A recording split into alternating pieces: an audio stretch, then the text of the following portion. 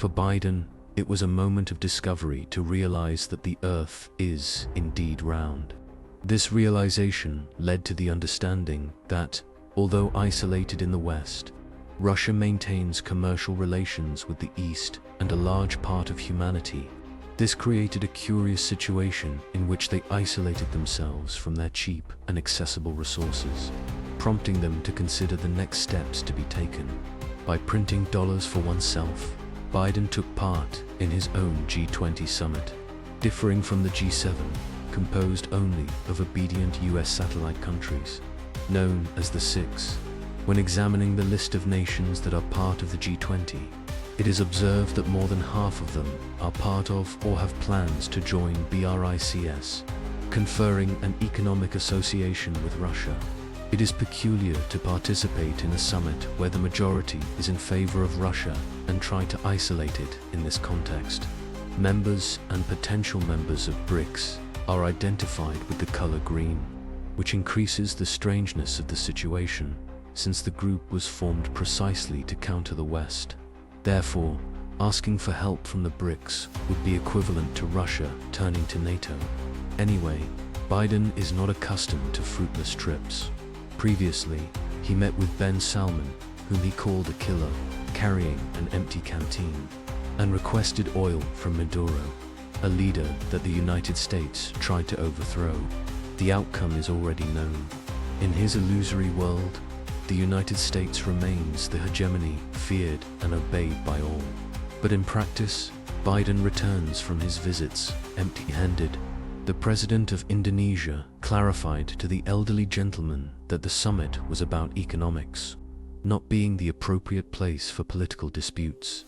After this unprecedented and emphatic reprimand, the American president faced another situation. In the final statement, which should condemn Russia, the phrase "there is room for" was added, along with other opinions and assessments. In the conclusion of 50 points, the theme of this conflict is discussed in just one of them, superficially and with a tone of disregard. The other points are devoted to various issues, such as hunger, environment, women's rights, and digital economy. The main reason for the G20 meeting was to mark the 2008 crisis, which persists to this day and needs to be addressed in some way. The United States themselves are the main cause of this crisis, due to the preference of the world's largest economy and its citizens to live in debt and consume tangible goods in exchange for their currency.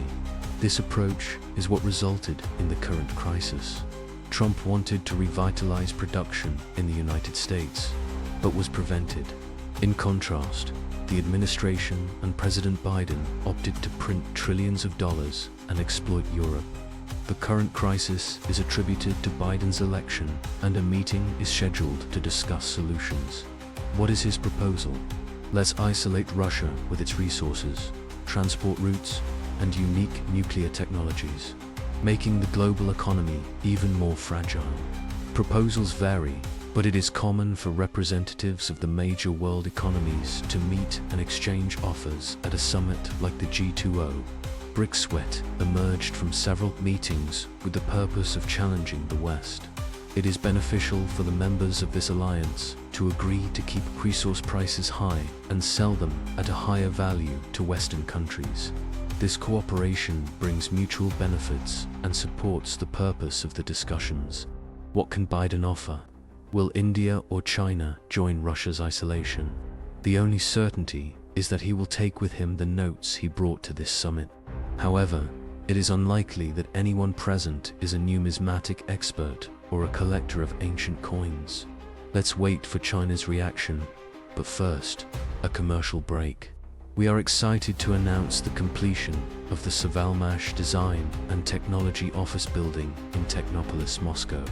The project has been featured in various publications, including magazines like Forbes, Millpress, TASS, the official website of the Moscow government, as well as the RBC and CM television channels, NETV, Russia Minus 24, Zvezda, and other channels. Savalmash was invited by the Ministry of Defense of the Russian Federation to participate in the Army 2022 forum.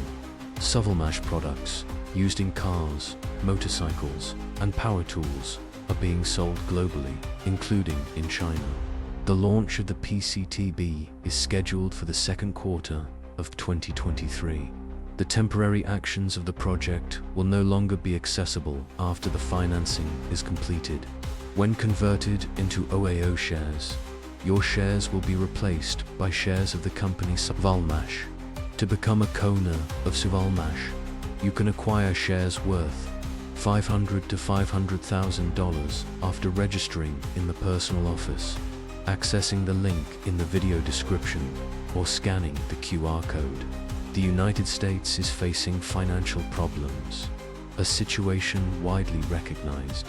Currently, Europe is also experiencing economic difficulties, not only due to the search for alternatives to Russian gas and the attempt to obtain discounts from Norway, but also due to the external trade deficit. This deficit is growing at abnormal rates due to the decrease in real goods production in Europe, caused by the high cost of energy. Nevertheless, the continent desires to keep consuming foreign products to maintain its standard of living. They seem to be imitating the Americans. However, the rest of the world is not willing to subsidize this situation, offering only scraps in return. So, everyone is exhausted from sustaining a single global parasite. There are 330 million in the United States and 450 million in Yesta. Replacing this parasite with crumbs to provide goods becomes even more complex. Meanwhile, the Pentagon reaffirmed that the United States continues to view China as a rising threat and competitor. Biden's visit in this situation is like saying, "Hello, China, we see you as a threat, and we will neutralize this threat without resorting to war. As we plan our strategy, accept these gifts we brought and keep negotiating with Europe." I think Xi Jinping's response was quite astute. He stated that the current century is dominated by the Asia-Pacific region, noting that this region represents 60% of the global economy and half of all business volume. Thus, he suggested to Biden that Asia is now the epicenter of the world, with global decisions being made on this continent. On the other hand, the West is relegated to the past, and its fragile economies no longer wield significant influence. They exert influence directly on the fate they follow. The West harms the progress of other countries.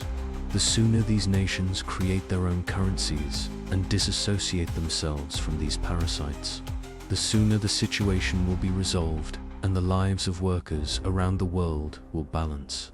However, it is important to understand the visit of Biden and leaders from other Western nations.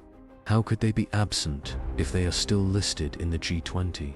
However, their presence no longer seemed that of full participants in the summit, but rather that of observers, often seen in busy places. Interestingly, similar thoughts are shared even by Western media.